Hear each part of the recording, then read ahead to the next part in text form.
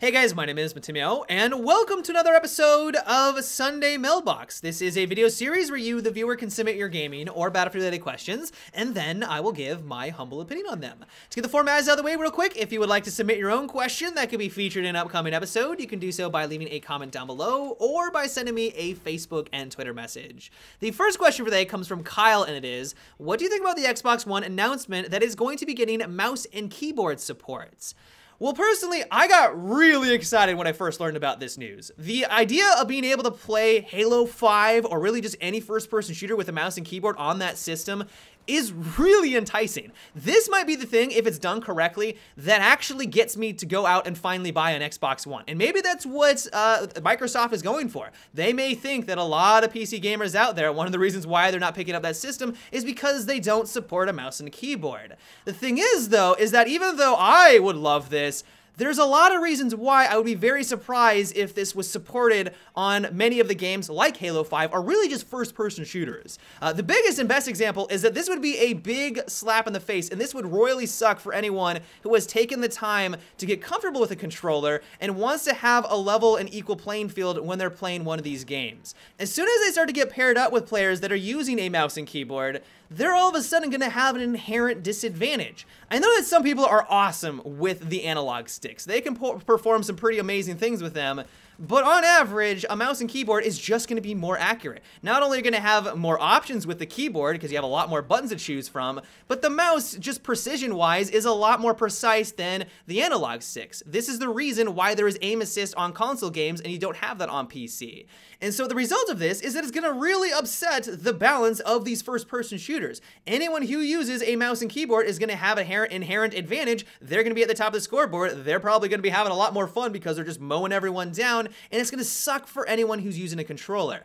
Some people might be thinking, well, then they just need to step up their game. If they want to be the best, if they want to be competitive, then they need to use the best accessories for that system. And if that's the mouse and keyboard, then they need to go out and use that for their Xbox One. And while that argument definitely holds weight, it definitely holds weight because it already kind of happens on the consoles. Microsoft is actually coming out with a new controller that's more oriented towards pro gamers, more oriented for people who want to excel in first-person shooters. It costs $100 or something like that. You would assume that that is going to give you an advantage against players that are just using the standard controller, and so why not have a mouse and keyboard? It's just a different accessory that definitely holds weight, but it's still a controller at heart.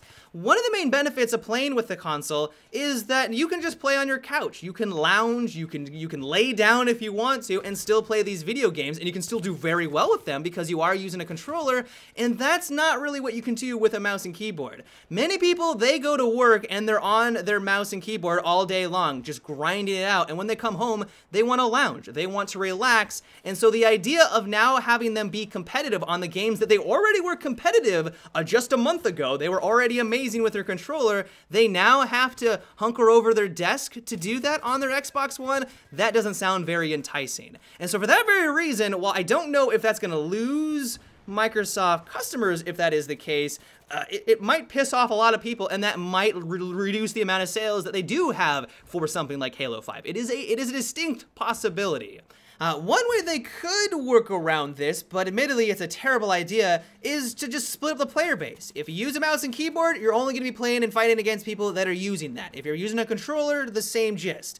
The issue with this, though, is that you're splitting up your player base. This is already a huge issue for pretty much every multiplayer game that has come out in recent memory that has DLC content. Battlefield is a prime example of it. Because there is this fracturing of the community, you don't really get a lot of servers running DLC content anymore because there just isn't enough players to sustain those maps. They die, they shrivel away, and you're not able to enjoy that content that you purchased. Now imagine that they had another thing that fractured the community.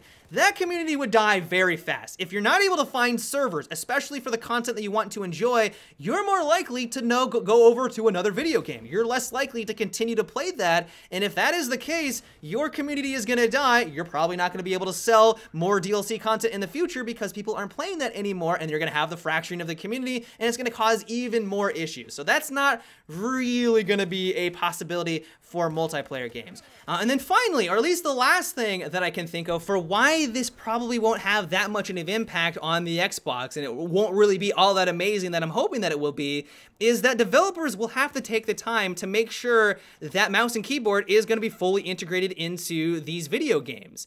The best example of this is the Call of Duty franchise. COD doesn't really care about PC. It's been evident over the last couple of years because every time they port it to PC, it's usually terrible. A lot of my friends, when they picked up Call of Duty Advanced Warfare, for the life of them, could not figure out how to get rid of the mouse acceleration. It ruined the experience for them. They left COD Advanced Warfare about a week later because they could not get the system to function the way that they wanted to, and it felt terrible. It just could not work for a first-person shooter, and it came down to the awful support that they had for PC and really just supporting the mouse and keyboard.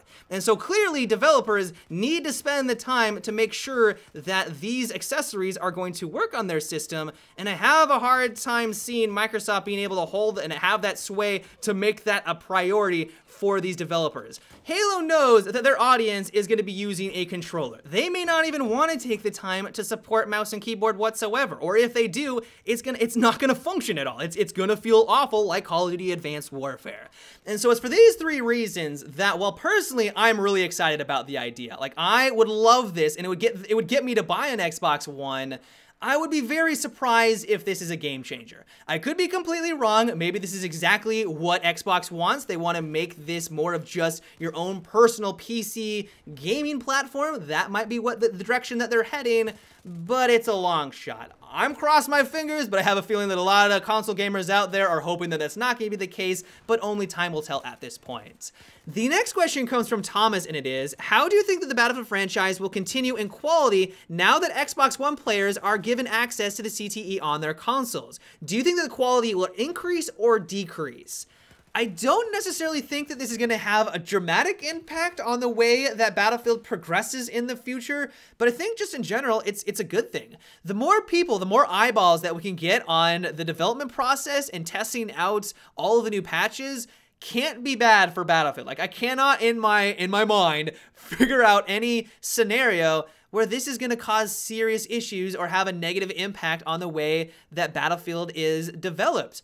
One good thing that could come of this is that the console community is just going to be better represented when patches do go live. One good example of this is that the SRA isn't used as much on consoles, or at least that's what I'm told. I could be wrong on this because I don't play on console, but from what I've heard from you guys, many people don't use the SRA as often. There are some masters, but for the most part, they use the RPG and the SMA because they can't whip it around as easily like you can with a mouse. And while I can't think of how this will directly impact development, it just illustrates that there are these slight differences, and to get eyeballs on the console community is going to be a good thing. Who knows? Maybe it will stop DICE from making a change that they think is insignificant on PC. It won't have a dramatic impact on the PC community, but it may be a large sweeping change on console that has a dramatic impact on the gameplay. I can't really think it off the top of my head, but it is a distinct possibility.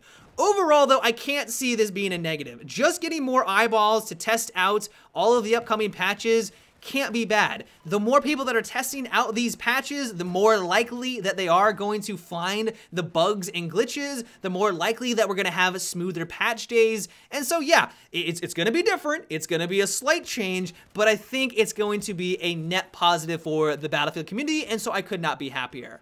The next question comes from Brian, and it is, should server admins' names be highlighted or a different color in-game so that we know who they are? There is an excessive amount of meaningless bans and kicks, maybe reporting them might help.